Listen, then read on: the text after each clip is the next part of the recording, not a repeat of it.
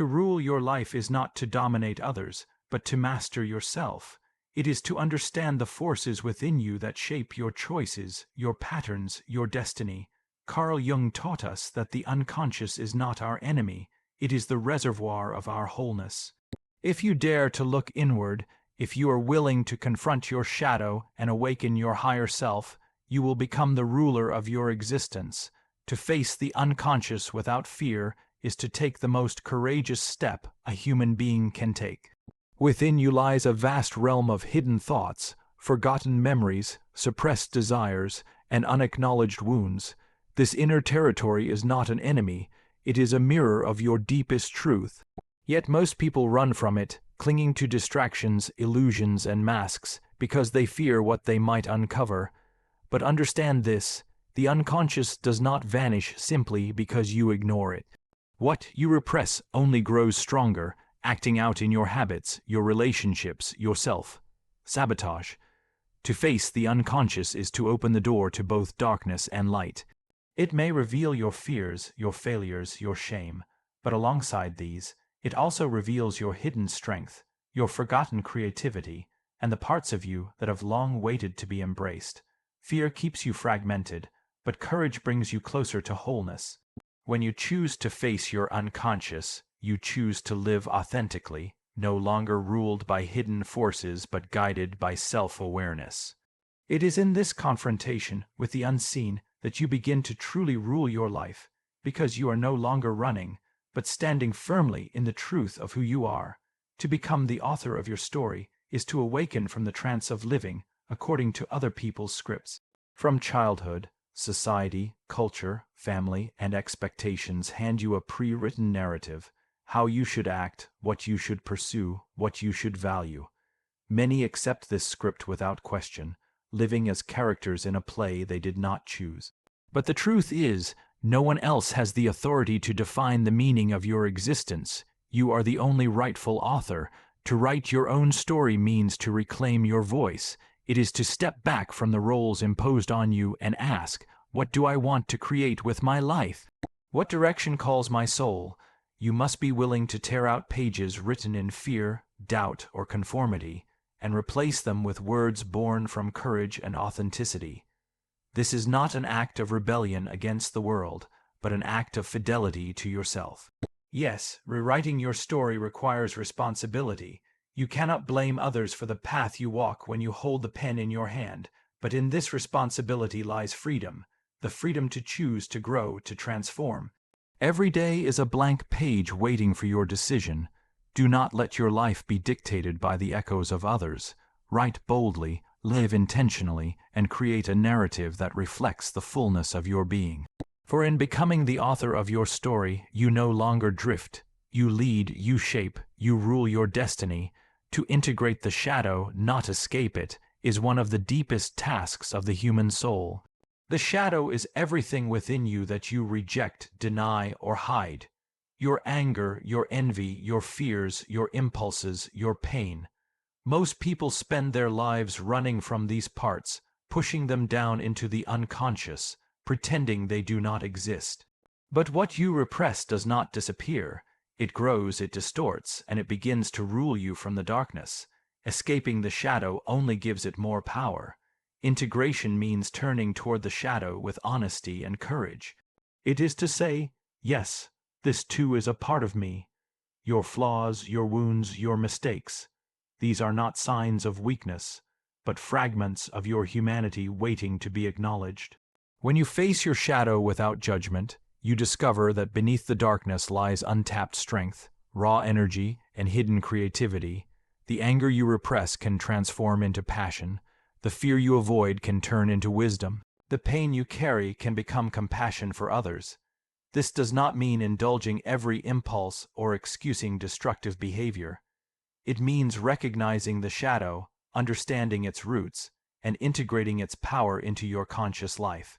By doing so, you become whole. You no longer wear a fragile mask of perfection, but stand firmly as a complete human being, light and dark, strength and weakness, all united. Jung reminded us that one does not become enlightened by imagining figures of light, but by making the darkness conscious.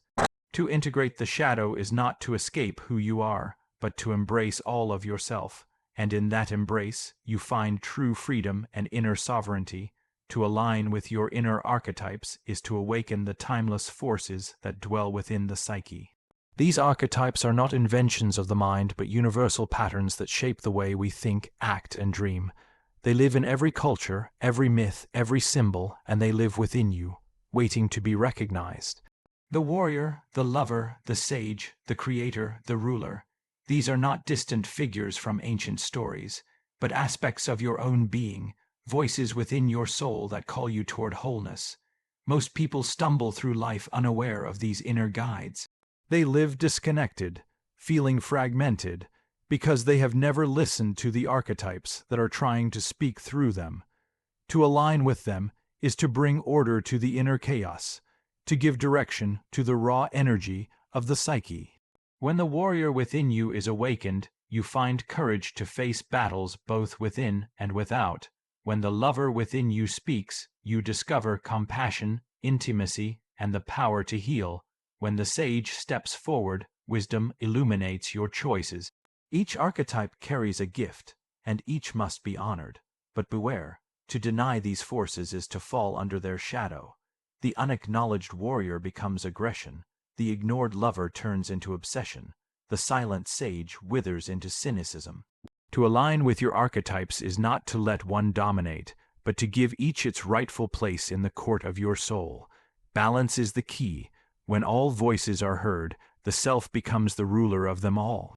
This is why myths, symbols, and dreams matter. They reveal which archetype is calling for attention in your life.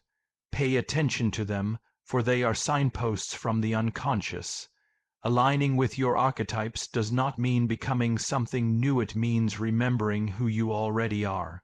When you honor them, you no longer live as a hollow mask, but as a sovereign being, rooted in the eternal patterns of human existence. And in that alignment, you step into the fullness of your destiny. To live with purpose, not distraction, is to rise above the noise of a world that constantly pulls your attention away from what truly matters. Distraction has become the modern drug. It lures you with endless entertainment, shallow desires, and fleeting pleasures, keeping you busy but empty, occupied but unfulfilled. A distracted life is not a life ruled by you. It is a life ruled by the forces outside of you, the demands of others, the pull of society, the seduction of comfort. In distraction, your days slip by unnoticed, your potential withers unused, and your soul cries out for meaning. Purpose, on the other hand, gives your existence weight and direction. Purpose is not simply a career, a title, or an achievement. It is the fire that guides you through chaos. It is the answer to the question, why am I here? Without purpose, even success feels hollow, but with purpose, even struggle feels sacred. Living with purpose means choosing to align your actions, your time, and your energy with what moves your spirit and strengthens your being. This does not mean that distraction will vanish forever. The world will always tempt you with trivialities, but when you live with purpose, you are not easily swayed. Purpose is the compass that pulls you back when you drift, the anchor that holds you steady when storms come. It grants discipline, resilience, and clarity. To live with purpose is to say yes to what truly matters and no to what steals your life away. It means understanding that time is not infinite and that every wasted moment is a moment of your destiny surrendered. Jung taught us that a person without a purpose is consumed by emptiness and despair, but a person with a purpose is carried by an inner force greater than circumstance. Choose purpose over distraction, and you will not merely exist, you will live. You will rise each day with direction, move with intention, and walk the path of someone who is not lost in the noise, but led by the voice of the soul. And in that path, you will begin to rule your life with true authority.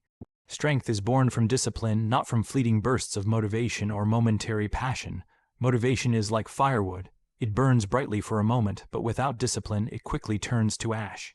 Discipline, however, is the steady flame that endures, the daily choice to act in alignment with your purpose even when you do not feel like it. It is the bridge between intention and reality, between dreams and their fulfillment. Without discipline, strength remains potential. With discipline, strength becomes embodied. Discipline is not about punishment or rigidity, it is about devotion. It is the practice of showing up for yourself consistently, whether in small habits or great commitments. Each repetition, each step taken in discipline, is a brick laid in the foundation of your inner kingdom.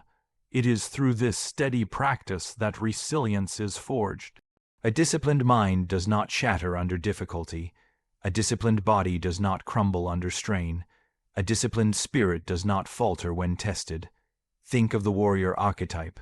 His courage is not born from impulse, but from years of disciplined training. Think of the sage. His wisdom is not random insight, but the fruit of disciplined reflection.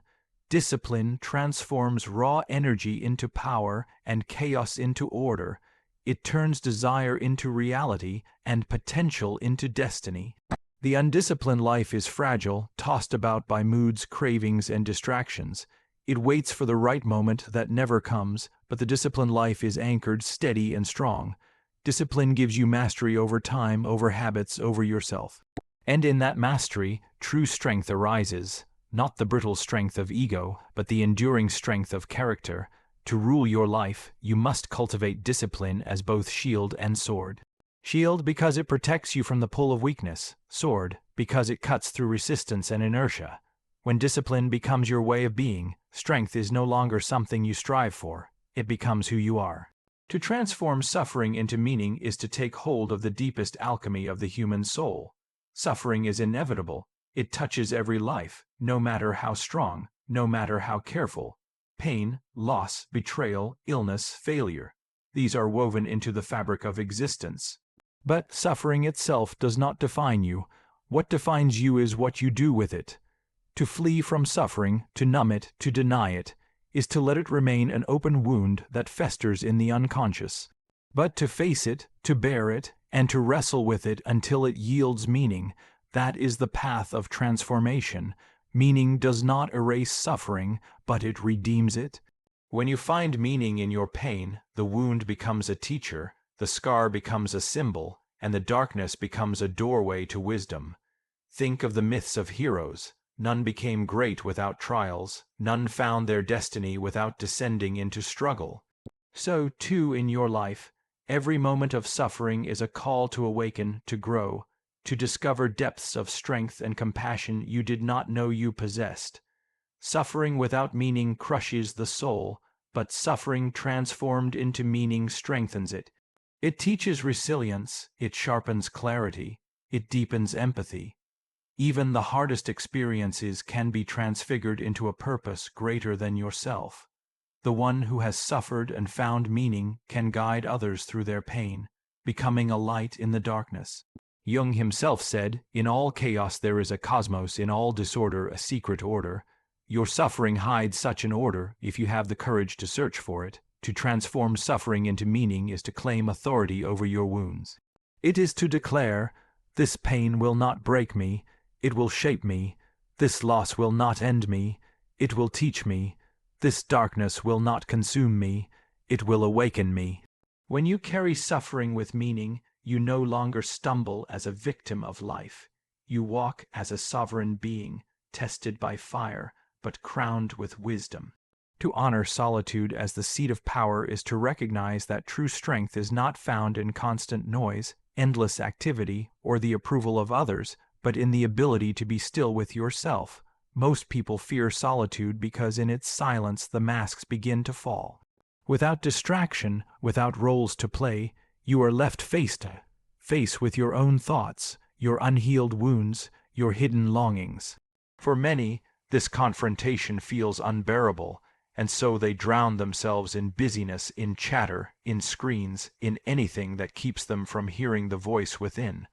But solitude is not emptiness, it is fullness. It is the sacred chamber where the self can be heard.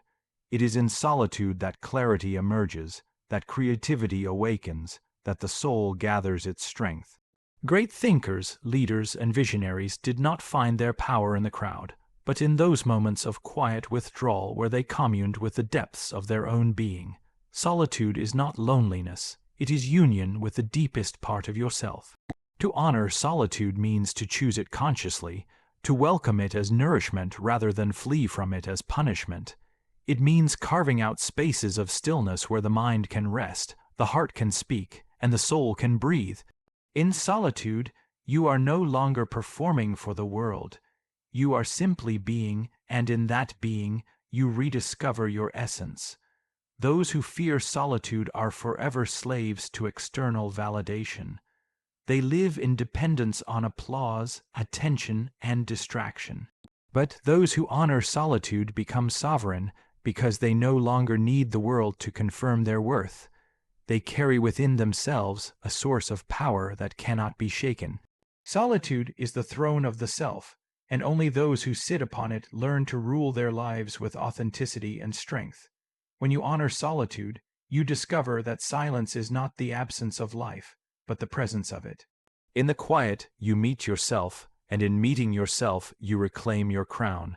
To walk the path of individuation is to embark on the greatest journey a human being can undertake, the journey of becoming who you truly are. From the moment you are born, layers of expectation, culture, and conformity begin to cover your essence. You learn to wear masks to gain acceptance, to fit into roles that society demands, to suppress parts of yourself that others reject. Slowly, the authentic self becomes buried beneath the persona, the mask you show the world. Individuation is the process of breaking free from that mask, of peeling away the false layers, and uncovering the wholeness of your being. This path is not easy. It requires courage to face your shadow, honesty to recognize your wounds, and patience to hear the voice of your soul beneath the noise of the world. It is not about becoming perfect, nor about chasing an ideal image of yourself. Individuation is about integration, bringing together the conscious and unconscious, light and dark, masculine and feminine, strength and vulnerability, until you no longer live as fragments, but as a whole, authentic person. Every dream, every struggle, every relationship you encounter becomes part of this path. Life itself is the mirror, reflecting the pieces of you that must be acknowledged and healed. To walk the path of individuation is to treat life not as a series of random events, but as a dialogue with the self. Every conflict is an invitation to grow. Every setback is a message. Every joy is a glimpse of wholeness. Most people resist individuation because it demands that you leave behind the comfort of conformity. To walk this path is to risk misunderstanding, to step away from the herd, and to face the loneliness of authenticity.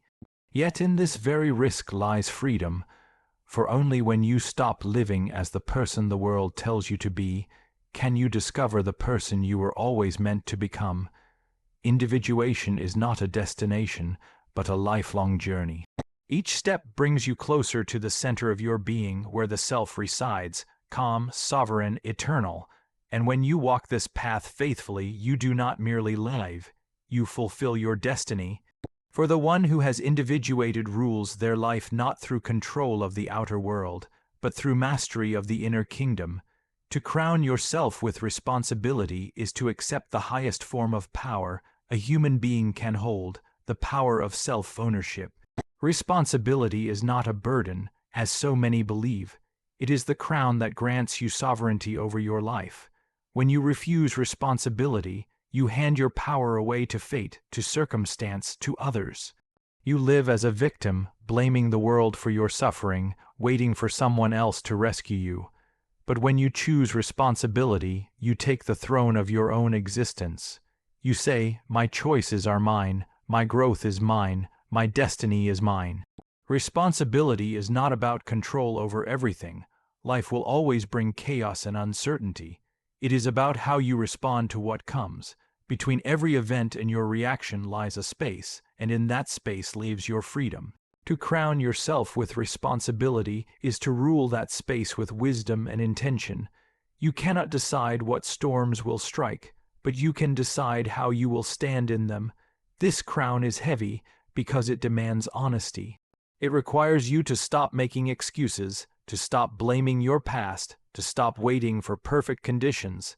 It forces you to confront your own patterns and admit, if I want change, I must create it.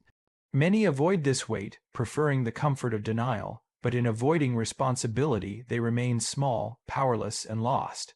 Yet those who accept the crown discover something profound. Responsibility is not imprisonment, it is liberation. When you take responsibility, you no longer wait for permission to live. You no longer depend on others to dictate your path. You become free, because freedom is not the absence of duty, but the presence of ownership.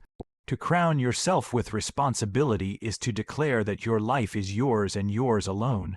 It is to rise above the posture of victimhood and step into the role of sovereign. And from this throne, you do not rule through fear or force, but through alignment with your highest self. In carrying this crown, you embody true authority, the authority to shape your destiny, to transform your suffering, to integrate your shadow, to live with purpose, and to become whole. Responsibility is the final seal of mastery. Wear it with dignity, for in placing this crown upon your head, you complete the act of ruling your life. To rule your life is not arrogance, but alignment with the self. It is to live consciously, courageously, and completely. Remember, the world does not need another tyrant of others, but a master of the self. Rule your life, and you will walk as one who is whole.